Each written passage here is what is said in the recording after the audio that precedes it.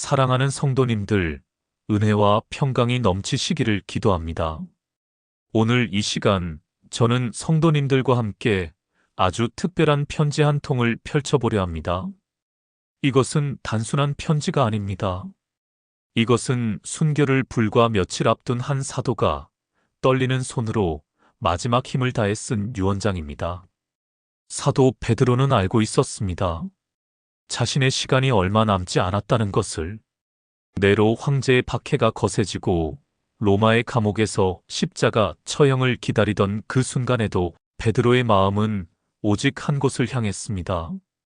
흩어져 있는 믿음의 가족들, 박해 속에서 믿음을 지키려 애쓰는 형제자매들이었습니다. 그래서 그는 펜을 들었습니다. 마지막 남은 힘을 다해 가장 중요한 것들을 기록하기 시작했습니다. 그것이 바로 베드로후서입니다. 여러분, 이런 경험 있으십니까? 요즘 교회 안팎으로 너무나 많은 가르침이 난무합니다. 유튜브를 켜면 수많은 목사님들의 설교가 쏟아집니다. 책을 펴면 온갖 신학적 주장들이 눈에 들어옵니다. SNS에는 매일같이 새로운 영적 체험담이 올라옵니다. 그런데 성도님, 무엇이 진짜인지 분간하기 어려울 때가 있지 않습니까? 이 가르침이 맞는 건가? 저 주장이 진리인가? 혼란스러울 때가 있지 않습니까? 어떤 이는 예수님의 재림이 이미 지나갔다고 말합니다. 어떤 이는 구원받은 후에는 어떻게 살아도 상관없다고 가르칩니다. 또 어떤 이는 성경보다 자신의 체험과 계시가 더 중요하다고 주장합니다. 2025년을 살아가는 우리는 1세기 성도들보다 훨씬 더 복잡한 영적 전쟁터에 서 있습니다. 그래서 오늘 베드로의 마지막 편지가 더욱 절실합니다. 이 편지 속에는 우리가 반드시 알아야 할 4가지 핵심 진리가 담겨 있습니다.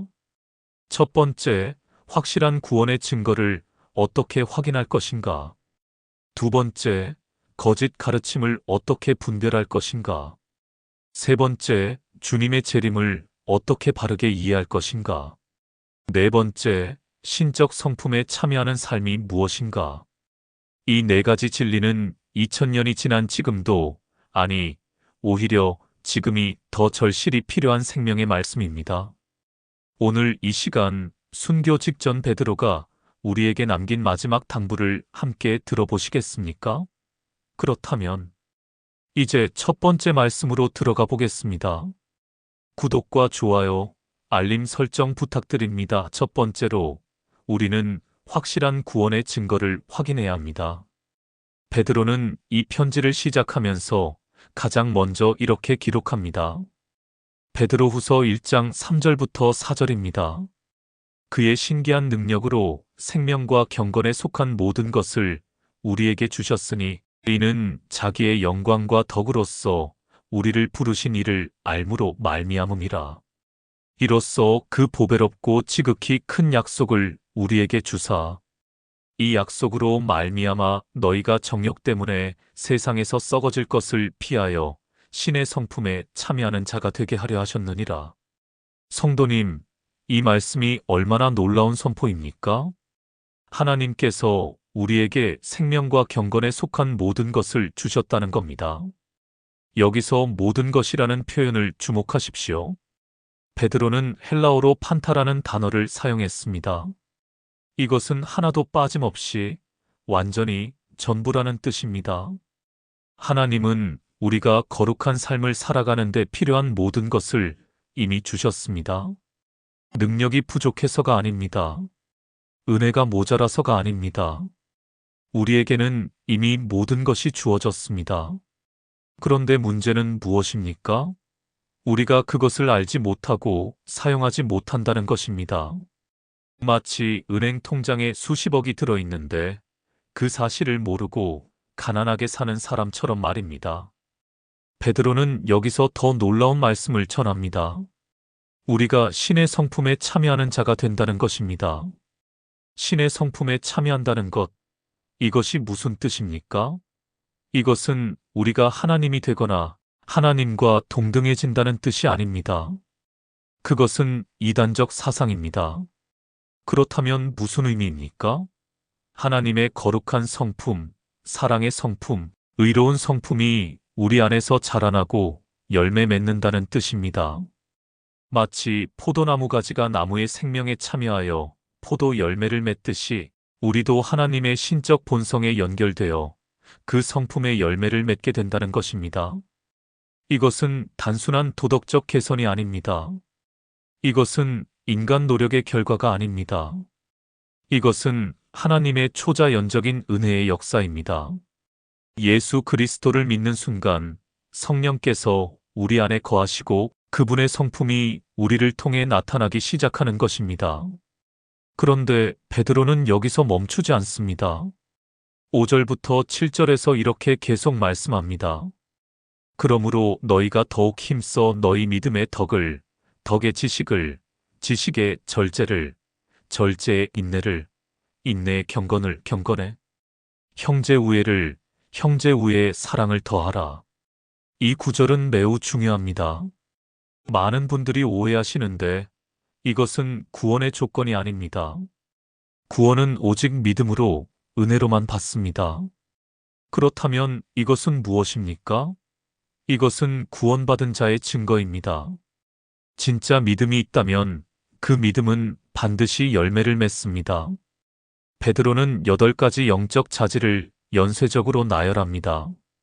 믿음, 덕, 지식, 절제, 인내, 경건, 형제 우애, 사랑. 이것은 마치 계단을 오르는 것과 같습니다. 각 단계가 다음 단계를 위한 기초가 됩니다. 믿음으로 시작하여 덕을 쌓고 그 덕에 지식을 더합니다. 지식이 있으면 절제할 수 있고 절제하면 인내할 수 있습니다. 인내가 경건을 낳고 경건이 형제 우애를 낳고 그 모든 것의 완성이 바로 사랑입니다. 성도님, 오늘 우리 자신을 한번 점검해 보십시오. 나의 믿음은 어떤 열매를 맺고 있습니까? 나는 작년의 나보다 더 거룩해졌습니까?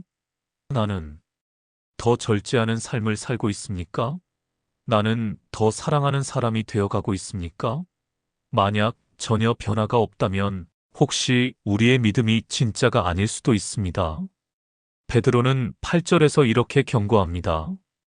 이런 것이 너희에게 있어 흥왕하면 너희로 우리 주 예수 그리스도를 알기에 게으르지 않고 열매 없는 자가 되지 않게 하려니와. 그러나 9절은 더 무서운 말씀입니다. 이런 것이 없는 자는 맹인이라 멀리 보지 못하고 그의 옛 죄가 깨끗하게 된 것을 잊었느니라. 얼마나 두려운 말씀입니까? 영적으로 눈이 먼 상태, 자신이 구원받았다고 착각하지만 실제로는 거듭나지 못한 상태를 경고하는 것입니다. 2025년 오늘날 얼마나 많은 사람들이 교회에 다니면서도 영적으로 눈이 먼 채 살아갑니까? 등록은 했지만 변화는 없습니다. 출석은 하지만 성장은 없습니다. 신앙은 있다고 하지만 열매는 없습니다. 베드로는 10절에서 해답을 제시합니다. 그러므로 형제들아 더욱 힘써 너희 부르심과 택하심을 굳건하게 하라. 너희가 이것을 행한즉 언제든지 실족하지 아니하리라. 부르심과 택하심을 굳건하게 하라는 것은 무슨 뜻입니까? 우리가 정말로 하나님의 부르심을 받았고 택함을 받았다는 확신을 갖기 위해 노력하라는 뜻입니다. 그 확신은 어디서 옵니까? 바로 앞에서 말한 8가지 영적 자질들이 우리 삶에 나타날 때입니다. 작년보다 더 절제하게 되고 더 사랑하게 되고 더 인내하게 될 때 우리는 확신할 수 있습니다. 아, 내가 정말 구원받았구나. 하나님께서 정말 나를 택하셨구나. 성령님이 정말 내 안에 계시는구나. 성도님, 이것이 베드로가 가장 먼저 강조한 메시지입니다. 여러분의 구원을 확인하십시오. 여러분의 믿음에 열매가 있는지 점검하십시오. 만약 열매가 없다면 지금이라도 늦지 않았습니다. 진정으로 회개하고 예수 그리스도를 구주로 영접하십시오. 그리고 성령의 능력으로 날마다 변화되는 삶을 살아가십시오. 이것이 확실한 구원의 증거입니다. 이제 두 번째 말씀으로 넘어가겠습니다. 두 번째로 우리는 거짓 가르침을 반드시 분별해야 합니다. 베드로후서 2장은 전체가 거짓 선지자와 거짓 교사들에 대한 강력한 경고로 가득합니다. 베드로는 1절에서 이렇게 시작합니다. 그러나 백성 가운데 또한 거짓 선지자들이 일어났었나니 이와 같이 너희 중에도 거짓 선생들이 있으리라. 그들은 멸망하게 할 이단을 가만히 끌어들여 자기들을 사신 주를 부인하고 임박한 멸망을 스스로 취하는 자들이라. 성도님, 이 말씀을 주목하십시오. 거짓 선생들이 있으리라. 미래형입니다. 이것은 1세기의 문제만이 아닙니다. 이것은 교회가 존재하는 한 계속될 문제입니다. 특히 우리가 살고 있는 2025년 정보의 홍수 시대에 이 문제는 더욱 심각합니다. 인터넷을 통해 전 세계의 온갖 가르침이 실시간으로 쏟아집니다. 유튜브 하나만 켜도 수천 개의 설교와 강의가 올라와 있습니다. 그 중에는 진리도 있지만 거짓도 섞여 있습니다. 더 큰 문제는 거짓이 진리의 탈을 쓰고 있다는 것입니다. 베드로는 거짓 교사들의 특징을 매우 구체적으로 밝힙니다. 첫째, 그들은 멸망하게 할 이단을 가만히 끌어들입니다. 가만히라는 표현이 중요합니다. 헬라어로 파레이사고라는 단어인데 몰래, 은밀히, 교묘하게라는 뜻입니다. 거짓 교사들은 처음부터 대놓고 이단을 가르치지 않습니다. 그들은 처음에는 아주 정통적인 것처럼 보입니다. 성경을 많이 인용하고 기도를 강조하고 심지어 눈물도 흘립니다. 그러나 시간이 지나면서 조금씩, 아주 조금씩 진리를 왜곡하기 시작합니다. 마치 독약을 한 방울씩 떨어뜨리듯이 말입니다. 예를 들어볼까요? 어떤 목사는 처음에는 예수님의 십자가를 강조합니다. 그런데 시간이 지나면서 이렇게 말하기 시작합니다. 십자가도 중요하지만 나의 계시가 더 중요합니다. 성경도 좋지만 내가 하늘에서 받은 음성이 더 확실합니다. 또 어떤 이는 구원의 은혜를 말하다가 나중에는 이렇게 가르칩니다. 구원받았으면 어떻게 살든 상관없습니다. 율법은 이제 필요 없습니다. 죄를 지어도 괜찮습니다. 은혜가 넘칩니다. 이것이 바로 가만히 끌어들이는 이단입니다. 둘째, 그들은 자기들을 사신 주를 부인합니다. 이것은 직접적으로 예수님을 부인하는 것만을 말하는 게 아닙니다. 물론 어떤 이단들은 예수님의 신성을 직접 부인합니다. 예수님이 하나님이 아니라 피조물일 뿐이라고 가르칩니다. 그러나 더 교묘한 방법도 있습니다. 예수님을 말로는 인정하지만 삶으로는 부인하는 것입니다. 예수님의 가르침을 무시하고 예수님의 명령을 거부하면서도 여전히 자신은 예수님을 믿는다고 주장하는 것입니다. 베드로는 2절에서 계속 경고합니다. 여럿이 그들의 음란한 행실을 따르리니 이로 말미암아 진리의 도가 비방을 받을 것이요. 여기서 음란한 행실은 단순히 성적 부도덕만을 가리키지 않습니다. 헬라어 아셀케이아는 방종, 제멋대로 함, 무절제를 의미합니다. 거짓 교사들은 자유를 빙자하여 방종을 가르칩니다. 은혜를 핑계 삼아 죄를 정당화합니다. 그리고 안타깝게도 많은 사람들이 이런 가르침을 따릅니다. 왜 그렇습니까? 편하기 때문입니다. 듣기 좋기 때문입니다. 자신의 죄를 회개하지 않아도 되기 때문입니다. 셋째, 거짓 교사들은 탐심으로 사람들을 이용합니다. 3절을 보십시오. 그들이 탐심으로써 지어낸 말을 가지고 너희로 이득을 삼으니 그들의 심판은 옛적부터 지체하지 아니하며 그들의 멸망은 잠들지 아니하느니라. 탐심, 헬라어로 플레오넥시아입니다. 더 많이 가지려는 욕심, 만족을 모르는 탐욕을 뜻합니다. 거짓 교사들의 궁극적 목적은 무엇입니까? 하나님의 영광이 아닙니다. 사람들의 구원이 아닙니다. 바로 자신의 이익입니다. 돈, 명예, 권력, 성적 만족, 이런 것들을 얻기 위해 사람들을 이용합니다. 그들은 지어낸 말로 사람들을 속입니다. 거짓 간증을 만들어냅니다. 과장된 기적 이야기를 퍼뜨립니다. 있지도 않은 예언을 선포합니다. 그리고 그것을 믿는 사람들에게서 헌금을 걷어냅니다. 2025년 오늘날 이런 일들이 얼마나 많이 일어나고 있습니까? 번영신학이라는 이름으로 사람들에게 씨앗 헌금을 강요합니다.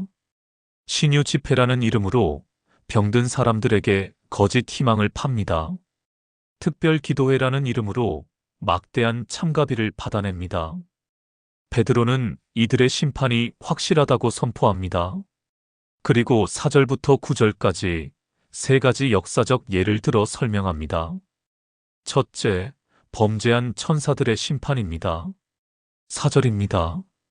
하나님이 범죄한 천사들을 용서하지 아니하시고 지옥에 던져 어두운 구덩이에 두어 심판 때까지 지키게 하셨으며 타락한 천사들, 곧 마귀와 그 부하들도 심판을 피할 수 없었습니다. 하물며 인간인 거짓 교사들이야 어떻겠습니까? 둘째, 노아 시대의 홍수 심판입니다. 5절입니다. 옛 세상을 용서하지 아니하시고 오직 의를 전파하는 노아와 그 7 식구를 보존하시고 경건하지 아니한 자들의 세상에 홍수를 내리셨으며 노아는 120년 동안 의를 전파했습니다. 방주를 짓는 모습을 보여주며 심판을 경고했습니다. 그러나 사람들은 듣지 않았습니다. 먹고 마시고 장가가고 시집가기에만 바빴습니다. 그러다가 홍수가 왔고 방주 밖의 모든 사람은 멸망했습니다. 셋째, 소돔과 고모라의 심판입니다. 6절부터 8절입니다. 소돔과 고모라 성을 멸망하기로 정하여 제가 되게 하사 후세에 경건하지 아니할 자들에게 본을 삼으셨으며 무법한 자의 음란한 행실로 말미암아 고통당하는 의로운 롯을 건지셨으니 이 의인이 그들 중에 거하여 날마다 그 불법한 행실을 보고 들으므로 그 의로운 심령이 상함이라. 롯은 소돔에 살면서 날마다 고통받았습니다. 주변의 죄악을 보고 들으며 마음이 찢어졌습니다. 그러나 하나님은 롯을 구원하셨습니다. 심판의 불이 내리기 전에 천사들을 보내어 그를 끌어내셨습니다. 성도님, 이 세 가지 예에서 우리는 무엇을 배웁니까? 하나님의 심판은 확실하다는 것입니다. 악한 자들은 반드시 벌을 받는다는 것입니다. 그러나 동시에 의로운 자들은 반드시 구원받는다는 것입니다. 9절이 그것을 확인시켜 줍니다. 주께서 경건한 자는 시험에서 건지실 줄 아시고 불의한 자는 형벌 아래에 두어 심판 날까지 지키시며 하나님은 경건한 자를 건지십니다. 노아를 건지셨고 롯을 건지셨고 오늘날에도 진실한 믿음을 가진 자들을 건지실 것입니다. 그러나 불의한 자, 거짓 교사들은 형벌 아래 두십니다. 그들의 심판은 이미 정해져 있습니다. 다만 그날을 기다리고 있을 뿐입니다. 베드로는 2장 후반부에서 거짓 교사들의 운명을 더욱 생생하게 묘사합니다. 17절입니다. 이 사람들은 물 없는 샘이요 광풍에 밀려가는 안개니 그들을 위하여 캄캄한 어둠이 예비되어 있나니. 물 없는 샘, 이보다 더 비참한 표현이 있을까요? 샘은 물을 주어야 합니다. 그것이 샘의 존재 이유입니다. 그런데 물이 없다면 그것은 샘이 아닙니다. 거짓 교사들이 바로 그렇습니다. 그들은 생명수를 줄 것처럼 보이지만 실제로는 아무것도 주지 못합니다. 오히려 사람들을 더 깊은 갈증 속으로 몰아넣습니다. 22절은 더욱 강렬합니다. 참된 속담에 이르기를 개가 그 토하였던 것에 돌아가고 돼지가 씻었다가 더러운 구덩이에 도로 누웠다 하는 말이 그들에게 응하였도다. 얼마나 충격적인 비유입니까? 한때 진리를 알았던 것 같았으나 다시 죄악으로 돌아간 자들의 비참한 모습입니다. 성도님, 그렇다면 우리는 어떻게 거짓 교사들을 분별할 수 있습니까? 첫째, 그들의 가르침을 성경과 비교하십시오. 성경과 다른 것을 가르친다면 그것은 거짓입니다. 아무리 기적이 일어나도, 아무리 은사가 나타나도 성경과 다르면 거짓입니다. 둘째, 그들의 삶을 보십시오. 입으로는 거룩을 말하지만 삶은 방종한가요? 돈과 명예를 탐하는 모습이 보이나요? 교만하고 자기를 높이나요? 그렇다면 조심해야 합니다. 셋째, 그들이 예수 그리스도의 십자가와 부활을 분명히 가르치는지 확인하십시오. 이것이 기독교의 핵심입니다. 이것을 흐리게 하거나 다른 것으로 대체하려는 자는 거짓 교사입니다. 넷째, 성령님의 음성에 귀 기울이십시오. 진리의 영이신 성령님은 우리에게 분별력을 주십니다. 무언가 이상하다는 느낌이 든다면 그것은 성령님의 경고일 수 있습니다.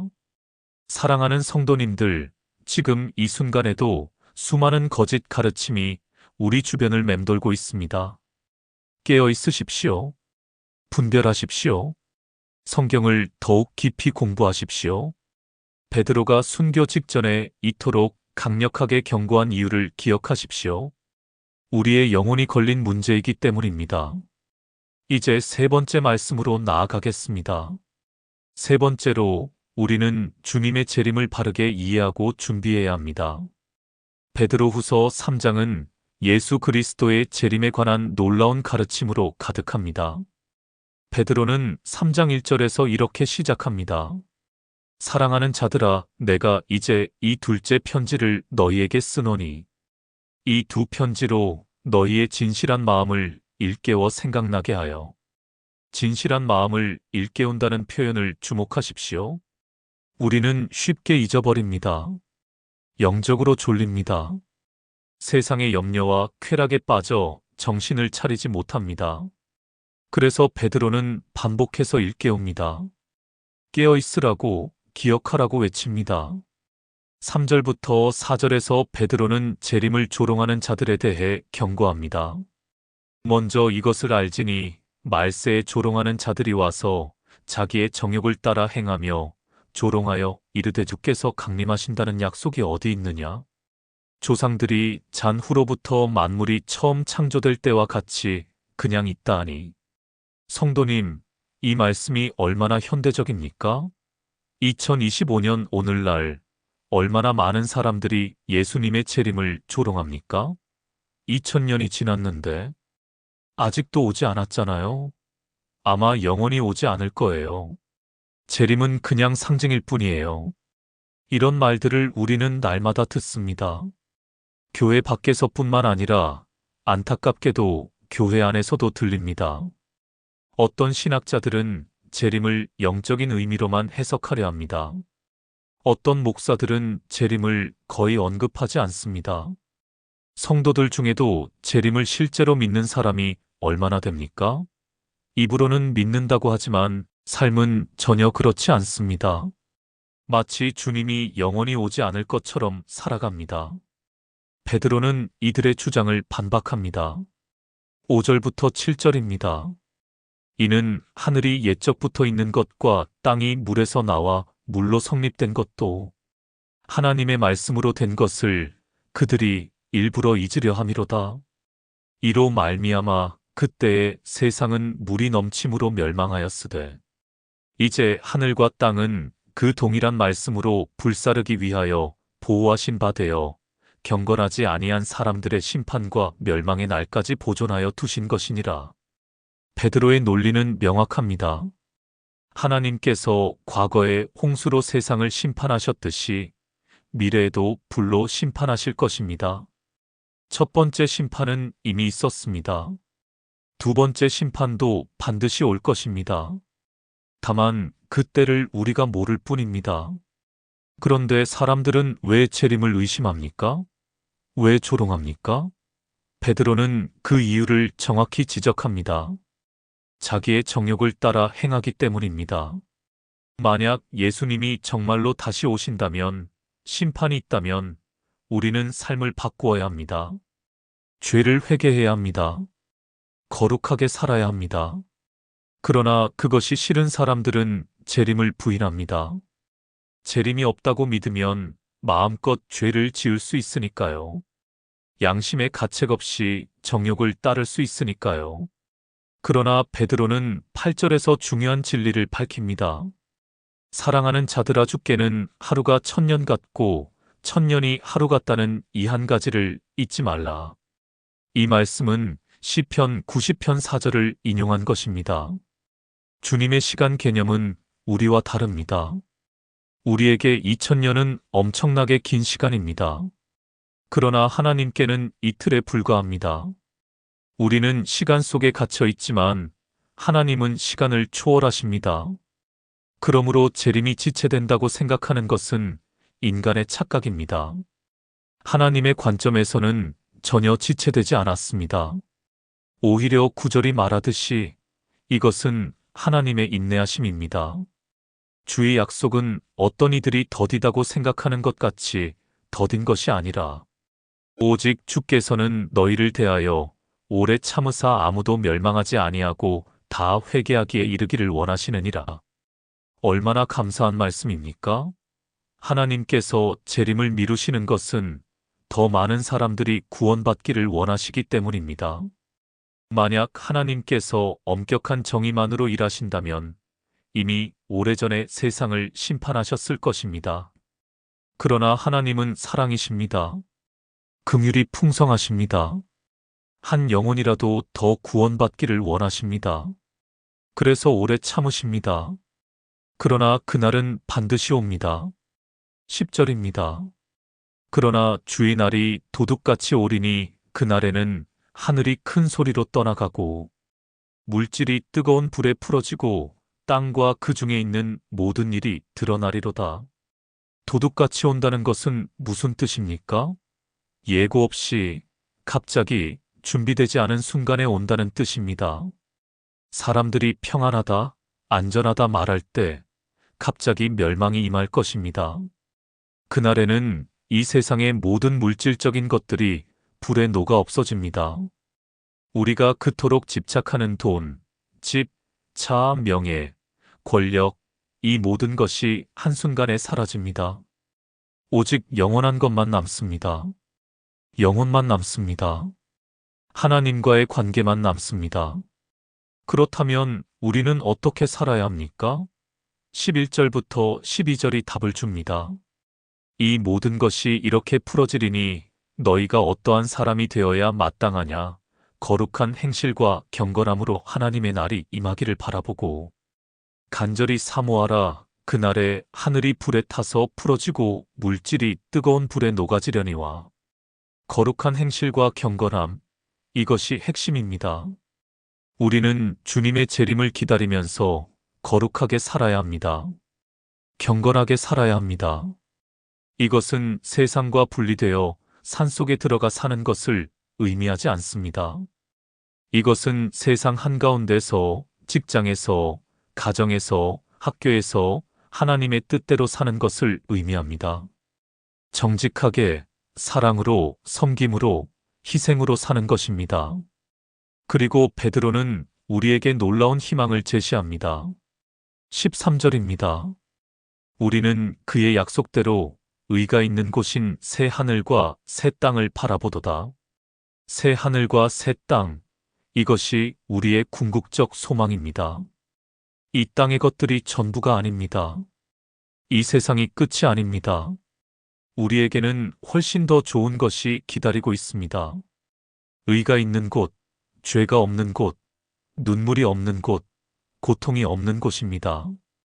그곳에서 우리는 주님과 함께 영원히 살 것입니다. 14절에서 베드로는 권면합니다. 그러므로 사랑하는 자들아, 너희가 이것을 바라보나니 주 앞에서 점도 없고 흠도 없이 평강 가운데서 나타나기를 힘쓰라. 주님 앞에서 점도 없고 흠도 없이 나타나기를 힘쓰라는 것입니다. 이것은 우리 스스로의 힘으로 완벽해지라는 뜻이 아닙니다. 그것은 불가능합니다. 이것은 날마다 회개하고, 날마다 주님의 은혜를 구하고, 날마다 성령의 능력으로 죄와 싸우며 살라는 뜻입니다. 그래서 주님이 오시는 그날, 우리가 부끄럽지 않게 되는 것입니다.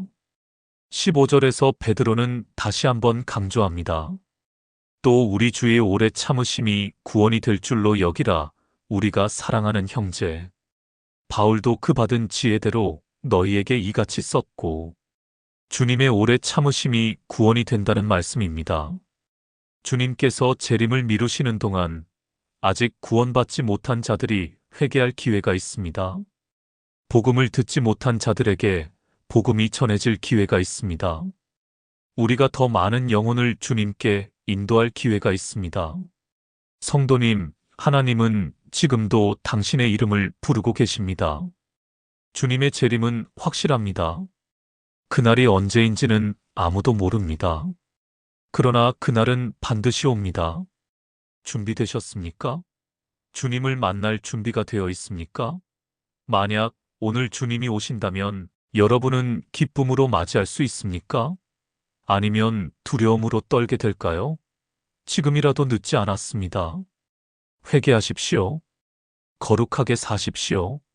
주님의 재림을 사모하며 깨어 기다리십시오. 이제 마지막 네 번째 말씀으로 나아가겠습니다. 네 번째로, 우리는 신적 성품에 참여하는 삶을 살아야 합니다.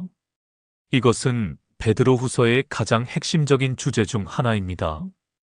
우리는 처음에 1장 4절에서 이 말씀을 보았습니다. 이로써 그 보배롭고 지극히 큰 약속을 우리에게 주사, 이 약속으로 말미암아 너희가 정욕 때문에 세상에서 썩어질 것을 피하여 신의 성품에 참여하는 자가 되게 하려 하셨느니라. 신의 성품에 참여한다는 것, 이것이 도대체 무슨 의미입니까? 먼저 이것이 아닌 것을 분명히 해야 합니다. 이것은 우리가 하나님이 된다는 뜻이 절대 아닙니다. 이것은 동방 종교의 신인아빌 사상이 아닙니다. 이것은 이단들이 주장하는 인간 신격화가 아닙니다. 우리는 영원히 피조물입니다. 하나님은 영원히 창조주이십니다.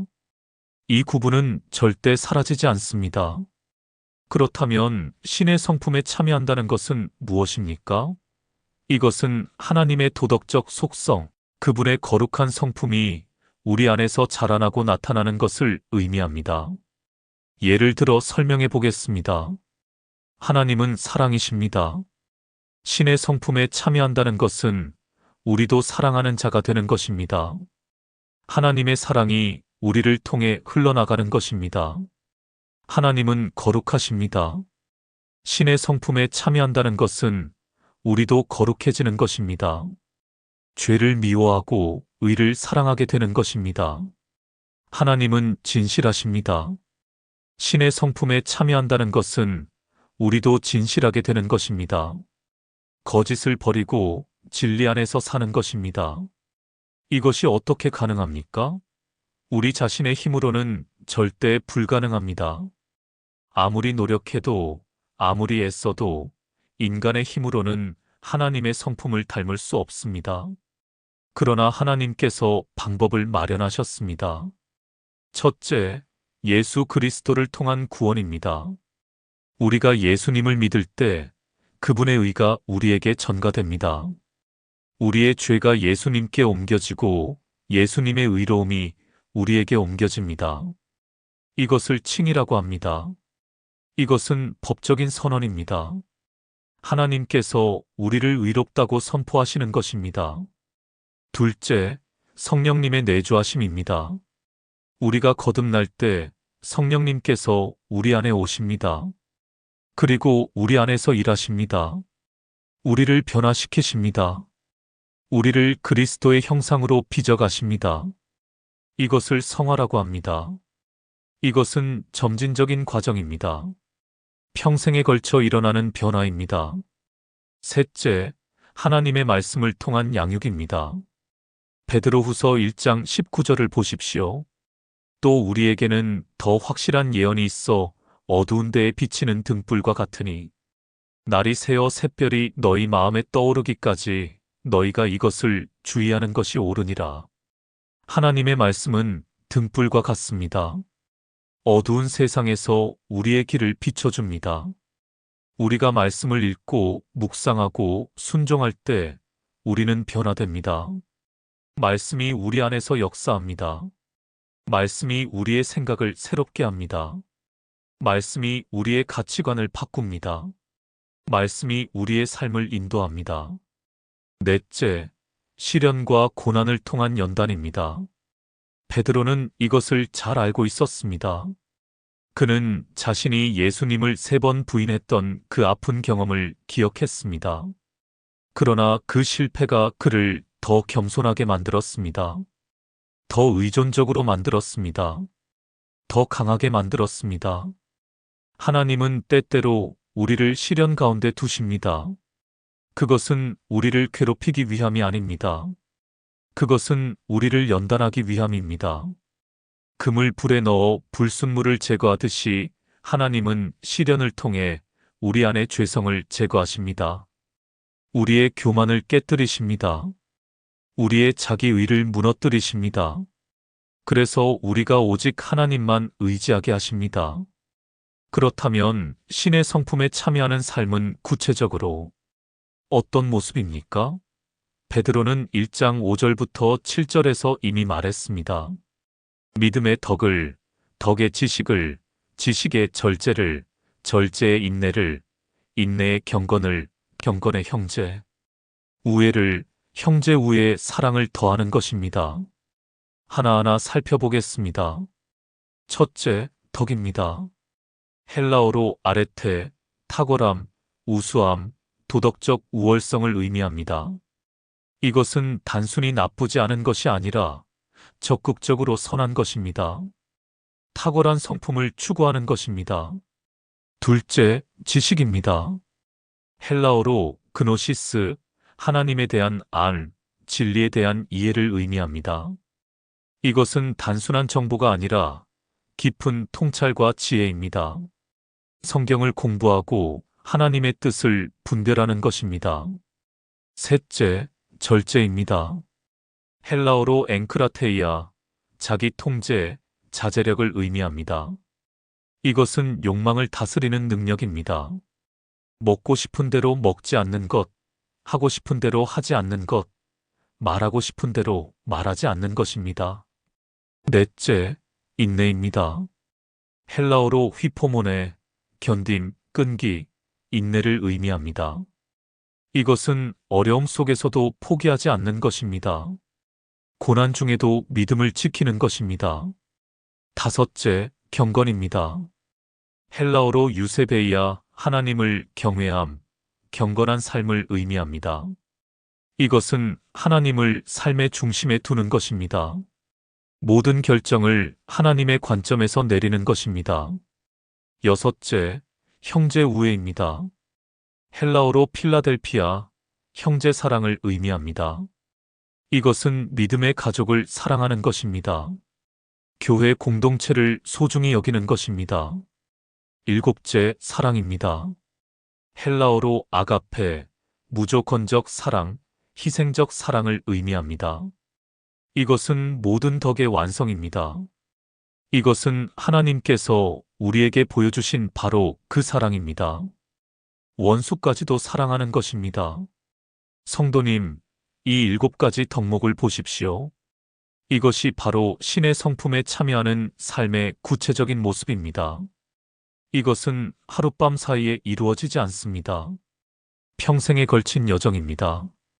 그러나 이 여정을 걷는 것 자체가 축복입니다. 왜냐하면 우리가 그리스도를 닮아가기 때문입니다. 베드로는 3장 18절에서 마지막 권면을 합니다. 오직 우리 주 곧 구주 예수 그리스도의 은혜와 그를 아는 지식에서 자라가라 영광이 이제와 영원한 날까지 그에게 있을지어다. 은혜와 지식에서 자라가라는 것입니다. 신앙생활은 정체되어서는 안 됩니다. 계속 성장해야 합니다. 계속 변화해야 합니다. 계속 주님을 닮아가야 합니다. 작년의 나보다 나은 사람이 되어야 합니다. 작년보다 더 사랑하는 사람, 더 거룩한 사람, 더 겸손한 사람, 더 인내하는 사람이 되어야 합니다. 그것이 신의 성품에 참여하는 삶입니다. 2025년을 살아가는 우리에게 이것이 얼마나 중요한 도전입니까? 세상은 우리를 자신의 틀에 맞추려 합니다. 세상의 가치관을 따르라고 압력을 가합니다. 물질주의, 쾌락주의, 상대주의, 개인주의가 판을 칩니다. 그러나 우리는 다른 부르심을 받았습니다. 우리는 세상과 구별된 삶을 살아야 합니다. 거룩한 삶을 살아야 합니다. 하나님의 성품을 닮아가는 삶을 살아야 합니다. 그것이 바로 신의 성품에 참여하는 것입니다. 사랑하는 성도님들, 이제 오늘 말씀을 정리하며 마무리하겠습니다. 우리는 오늘 순교를 앞둔 사도 베드로의 마지막 편지를 함께 살펴보았습니다. 이 편지 속에는 4가지 핵심 진리가 담겨 있었습니다. 첫째, 확실한 구원의 증거를 확인하라는 것입니다. 우리의 믿음에는 반드시 열매가 있어야 합니다. 덕, 지식, 절제, 인내, 경건, 형제 우애, 사랑이 자라나야 합니다. 만약 이런 열매가 없다면 우리의 구원을 점검해야 합니다. 진정으로 거듭났는지, 정말로 예수님을 믿고 있는지 확인해야 합니다. 둘째, 거짓 가르침을 분별하라는 것입니다. 이 시대는 온갖 거짓 가르침이 난무합니다. 우리는 깨어 있어야 합니다. 성경에 근거하여 분별해야 합니다. 거짓 교사들의 특징을 알고 그들을 멀리해야 합니다. 그리고 진리의 말씀 위에 굳게 서야 합니다. 셋째, 주님의 재림을 바르게 이해하고 준비하라는 것입니다. 예수님은 반드시 다시 오십니다. 그날이 언제인지는 아무도 모릅니다. 그러나 그날은 확실히 옵니다. 우리는 그날을 사모하며 깨어 있어야 합니다. 거룩하게 살며 준비해야 합니다. 넷째, 신의 성품에 참여하는 삶을 살라는 것입니다. 이것은 단순한 도덕적 개선이 아닙니다. 이것은 하나님의 초자연적 은혜로 이루어지는 변화입니다. 우리가 그리스도를 닮아가는 것입니다. 날마다 성령님의 인도하심을 따라 하나님의 성품이 우리 삶에 나타나는 것입니다. 믿음의 가족들이여, 베드로는 이 편지를 쓴 지 얼마 되지 않아 순교했습니다. 로마의 네로 황제에 의해 거꾸로 십자가에 못 박혀 죽었습니다. 전해지는 이야기에 따르면 베드로는 자신이 예수님처럼 십자가에 달릴 자격이 없다며 거꾸로 매달아 달라고 했다고 합니다. 그는 한때 예수님을 부인했던 자신을 끝까지 기억했습니다. 그러나 그 실패 후에 그는 변화되었습니다. 예수님의 용서와 회복을 경험했습니다. 성령의 능력을 받았습니다. 그리고 담대한 복음 전도자가 되었습니다. 죽음조차 두려워하지 않는 믿음의 사람이 되었습니다. 그런 베드로가 마지막 순간에 우리에게 남긴 메시지입니다. 이 메시지를 가볍게 여겨서는 안 됩니다. 순교자의 유언이기 때문입니다. 생명을 걸고 전한 진리이기 때문입니다. 2000년이 지났지만 이 메시지는 여전히 유효합니다. 아니, 오히려 지금이 더 필요합니다. 거짓 가르침이 넘쳐나는 이 시대에 우리는 진리를 붙들어야 합니다. 재림을 조롱하는 이 세대에 우리는 깨어 있어야 합니다. 쾌락을 추구하는 이 사회에 우리는 거룩함을 추구해야 합니다. 사랑하는 성도님들, 오늘부터 베드로 후서의 이 가르침을 삶에 적용하시기 바랍니다. 매일 아침 일어나서 자신에게 물어보십시오. 나는 어제보다 더 나은 사람이 되었는가? 나는 그리스도를 닮아가고 있는가? 나는 구원의 확신이 있는가?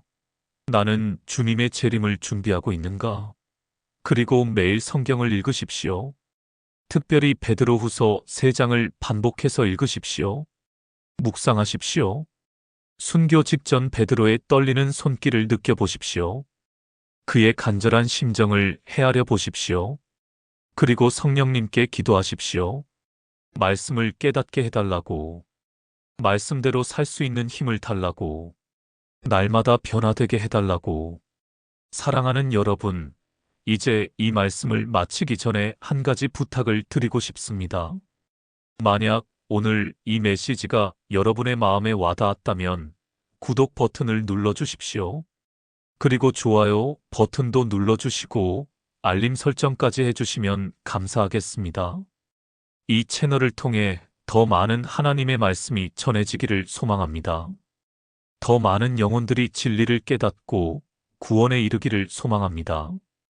여러분의 구독과 좋아요, 알림 설정이 그 일에 큰 도움이 됩니다. 또한 주변에 이 메시지가 필요한 분들이 있다면 공유해 주십시오. 믿음이 흔들리는 분들, 거짓 가르침에 혼란스러워하는 분들, 주님의 재림을 의심하는 분들에게 이 말씀을 전해 주십시오. 한 영혼이라도 더 진리를 깨닫고 바른 길로 돌아오기를 기도합니다. 마지막으로 베드로후서 3장 18절 말씀으로 축복하며 마치겠습니다. 오직 우리 주 곧 구주 예수 그리스도의 은혜와 그를 아는 지식에서 자라가라 영광이 이제와 영원한 날까지 그에게 있을지어다.